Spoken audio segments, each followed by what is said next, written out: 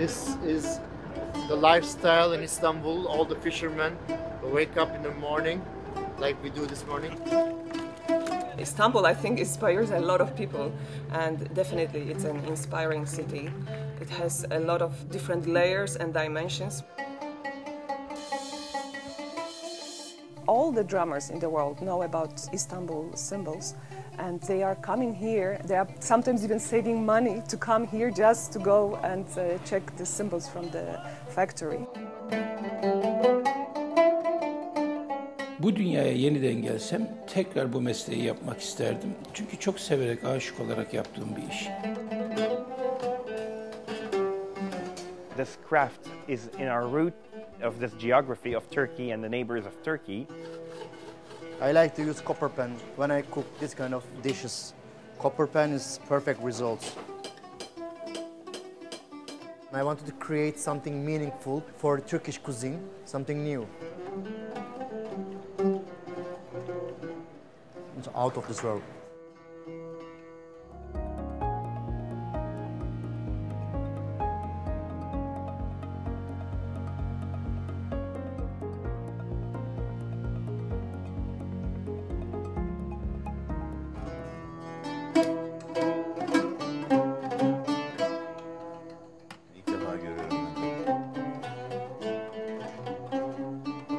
Wood making became my job when I was just 40 years old.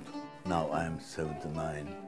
I am very proud of being a contributor to this art. They say that it started a new era with me. It stands on mathematics and physics. My ouds are sold all over the world, especially in the Arabic countries, especially the Gulf countries.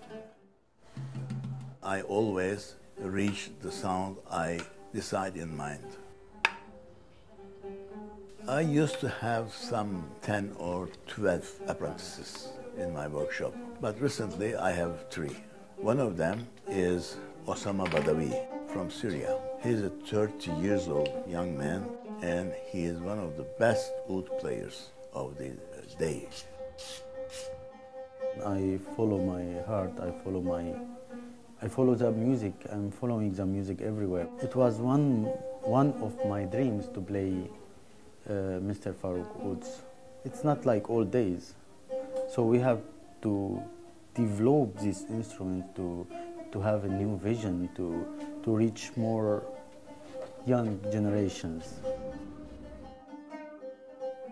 Faruk Hoca'nın utları tabii ki dünya çapında bir yapımcı olduğu için Orta Doğu çocuğuna tekrardan bir nefes katmış, nefes vermiş, yaşatmış. İstanbul ud Mekkesi gibi oluyor, yani biliyoruz bunu. O yüzden biz bu mesleği canı gönülden devam ettirmemiz lazım.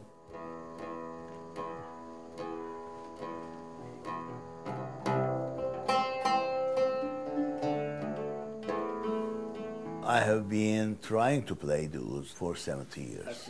As a child, it was a big, tremendous effort for me. Then I assumed that one day I will be very well-known composer, but I haven't been so far. Music is one of the most important human affairs. In old times, every Ottoman woman supposed to play a musical instrument, especially the oud. My grandmother used to have one oud, and I played that one years by years.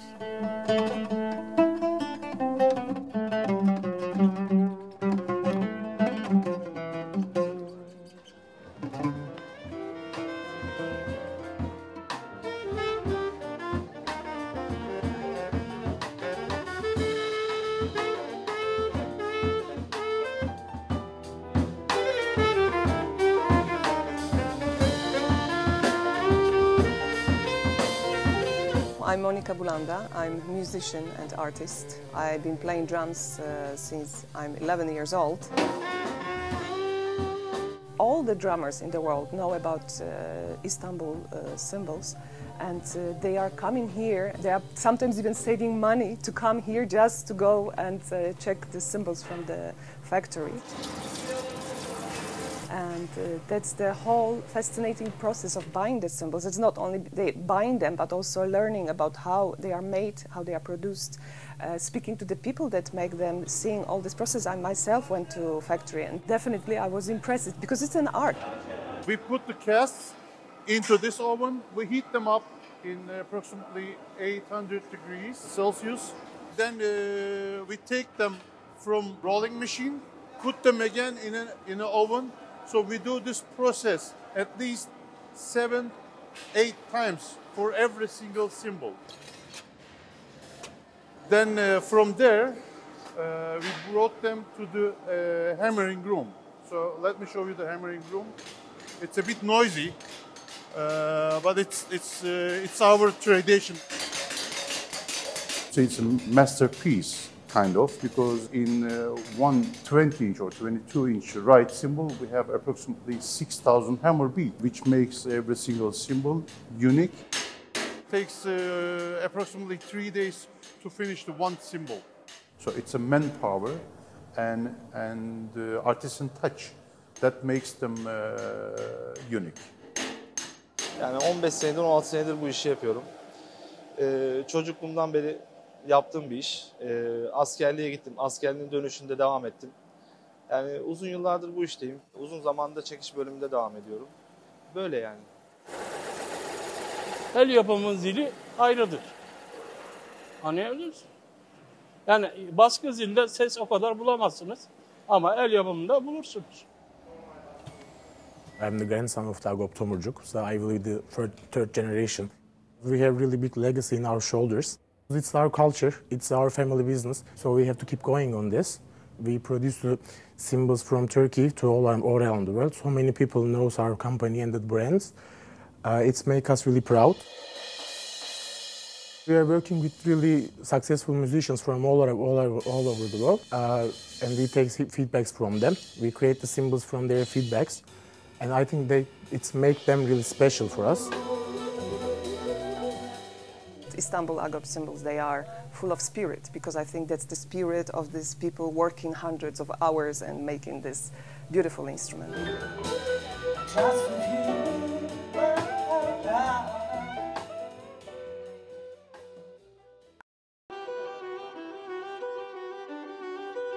İsmim Sevan Bicakci, İstanbul Samatya doğumluyum. Hikayem kapalı çarşılı birçok ustamın arkadaşı, onların büyükleri, onların ustaları ve onların ustalarıyla aşağı yukarı aynı.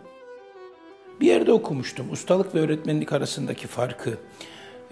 Öğretmen öğretendir, usta ise senin içerisindeki yeteneği ortaya çıkartandır diye. Ve yıllardır da bu gelenekle onların da çıraklarını yetiştirmesini arzu ediyoruz. 3 temel üzerine kurulmuştur kuyumculuk. Sadekarlık, mıhlayıcılık, cilacılıktı. Yapmış olduğumuz üründe işte taşın ortasında teknolojinin hiçbir şekilde olmadığı, tamamen el işçiliğiyle yapılmış heykellerden tutun da onun karakterini tamamlayacak olan altındaki yüzüğün şasesini oluşturmak, içerisindeki mıhlama sanatının içerisindeki farklı farklı dalları, mozaikler, kalemkarlar, ressamlar, heykeltıraşlar bir parçanın üzerinde büyük bir emek sarf ediyorlar. Burada bir büyük deniz yıldızı görüyorsunuz. Bir de burada küçük bir deniz yıldızı görüyorsunuz. Bir de barok bir inci var burada.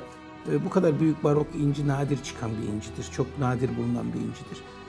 O noktada da bu çocuğun onu yüklendiğini ve onun altında kaldığını gösteriyor. Halbuki annesi onu tutmuş, bütün ağırlığını üstüne almış. O sanki bir ağırlık taşıyormuş gibi. Böyle bir anlatım için heykeltıraşın baktığı, ressamın baktığı, şairin baktığı açılar vardır. Each piece here, it has its own story, so you don't feel like you're doing any normal job. You feel the art and spirit in each piece. It's amazing how you can put something this magnificently massive big inside a little thing and it turns to a piece of jewelry. It's amazing. Şimdi taşın müsaade ettiği bazı şeyler var. Çünkü alttan dikey girdiğimiz bir heykel bu. Bu heykelde bazı şeyler olması matematiken, fiziken mümkün değil. O mümkün değilleri mümkünlüğe en yakın şekle getirmek zaten bizim bütün hikayemiz. Soru şuysa, bütün Sevan takanlar bir gün bir araya gelseler, kimse kimseyle aynı şeyi takmamış oluyor. Yani hepsinden bir tane var. Ama bir karakter var ortada. Yani baktığınız zaman bir Sevan Bicakci karakterini görüyorsunuz.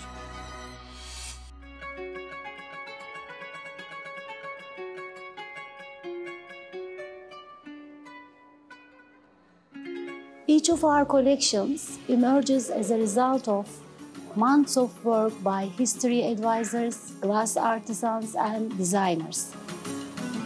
Sisecam has maintained and kept a handmade production culture throughout generations. Our handmade factory is in Denizli, which is an industrial city in the southwest of Turkey. 26 yıldır bu işi yapıyorum.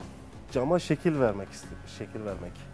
Ocaktan camı alıp, şekillendirip, kalıba girip üflemek, şeklini vermek. Yaşım 16. İlk başta iş çok zor geldi. En başta sıcaklığı zor geldi. İnsan yani dayanamam diye düşüncesi oluyor ama bir şekilde de dayanılıyor. Şimdi okumadığı için dedim baba mesleğini yapsın dedim. Buraya kattım. Çünkü ben 26 yıl burada çalışıyorum. Çırakken başla diyoruz biz bunu. İşi öğretiyoruz ama öğrendikten sonra daha çok para alıyorlar. Ama bunu gençler bilmiyor işte. Herkes ekmek yesin, şey yapsın diye. Daha önemli.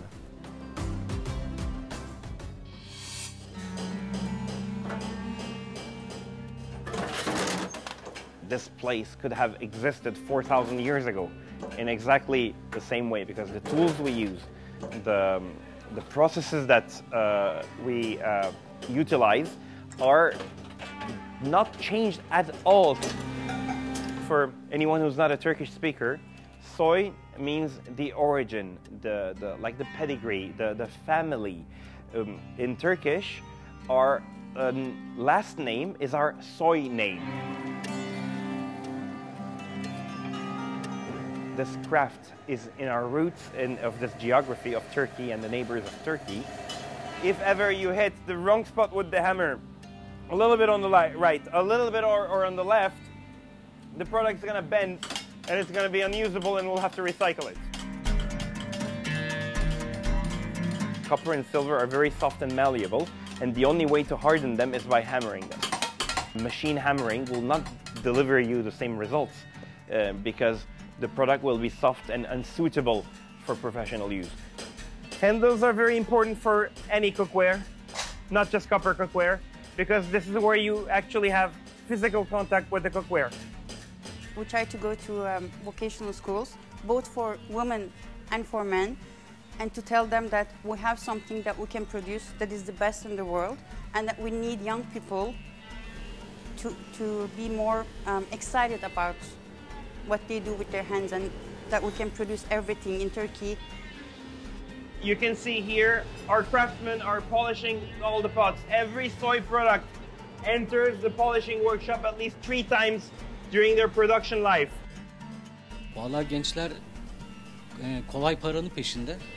Böyle çalışarak kazanmak, alnının teriyle bir şeyler başarabildiğini görmek daha güzel. Yani bir de yaptığımız ürünler dünyanın her yerine gidiyor. Ben akademik açıdan birçok bilgiye sahibim ama işin mutfağına girdiğinizde o ustaların her birinin kendine has teknikleriyle çalışmalarını görmek gerçekten sizi geliştiriyor. Noktanın bile çok önemli olduğunu sonuçta yani bir ustanın elinde, bir ustanın bilgisiyle görebiliyorsunuz.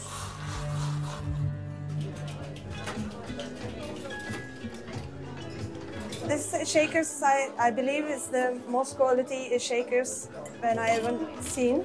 So it's make the cocktails more foamy and then make it cold. they're not the shakers.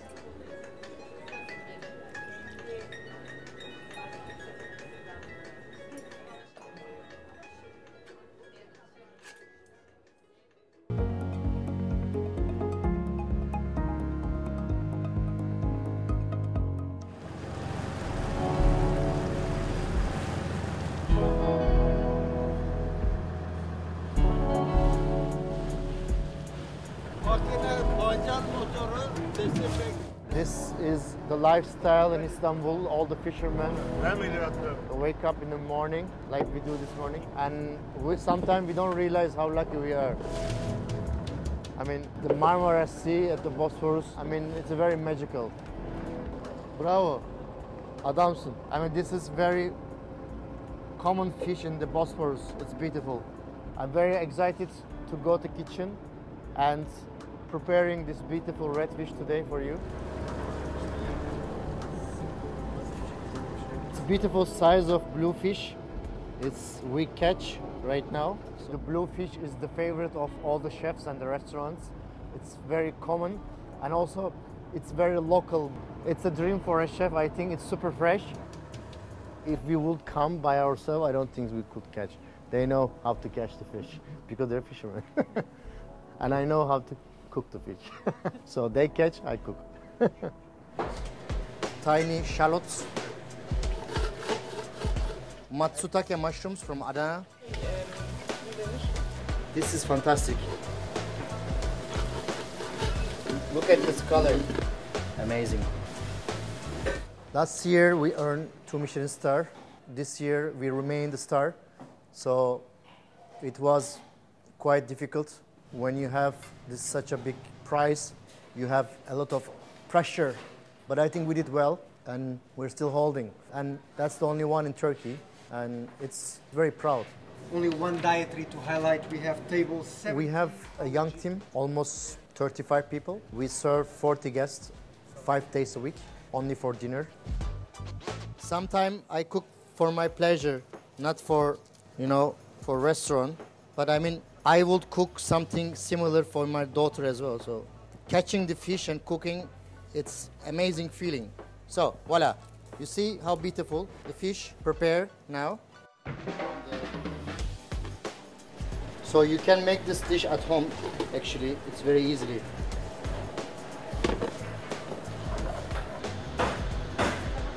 Amazing. It's out of this world. I study in culinary school in Turkey, and when I was 20 years old, I moved to Asia, and I worked 7 different countries. In 2018, I decided to come back because I wanted to develop and I wanted to create something meaningful for Turkish cuisine, something new. So that's why I packed my luggage and I come back to Istanbul, and I built this place from scratch, and I call Turk. So this is the fish we catch this morning together. I just salt them. That's it. Olive oil and bluefish together is very nice. And now we put on a charcoal grill. We are lucky that we have this fish on the Bosphorus. See? Amazing. Perfect grilled fish. Amazing. Look at how beautiful. When you cook, you need to feel the flavor, texture, temperature. Surprising. So when the people eat that dish, remember something, because it's very Turkish. They remember their childhoods, and it's very humble. At the same time, it's very tasty. Good, no? That's the real food. You need to touch people's hearts when you create a dish. That's my motto.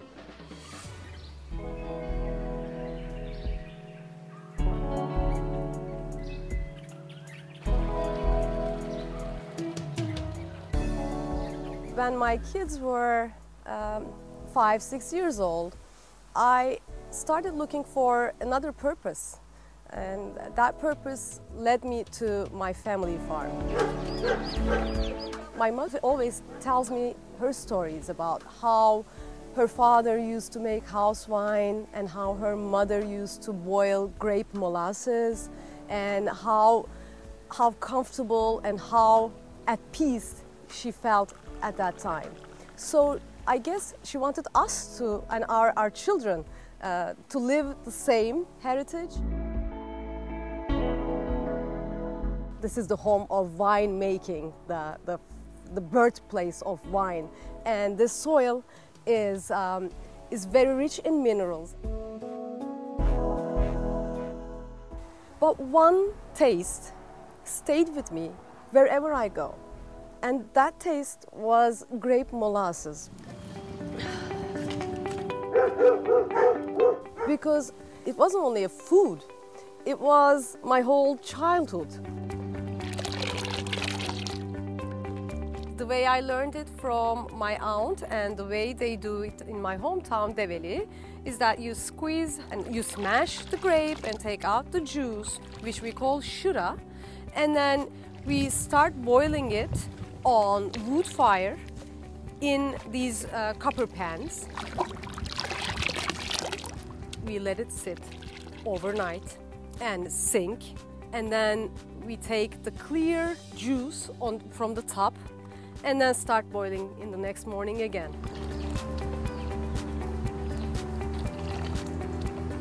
And after that, the special touch, of course, we add the herbs, the aroma. It can be a purple basil, it can be a basil. But I like to use cayenne pepper very much. And you can almost try everything. But these three are the most popular among our visitors and among our chefs in our kitchen at Grandma's Wonderland. I thought it would be a good idea to add something new to something very traditional. We use it in dessert plates and we use it in salads, and then also it goes very well with grilled meat or a slow cooked meat. And so I strongly believe it has a place and it needs to earn that place in the culinary world.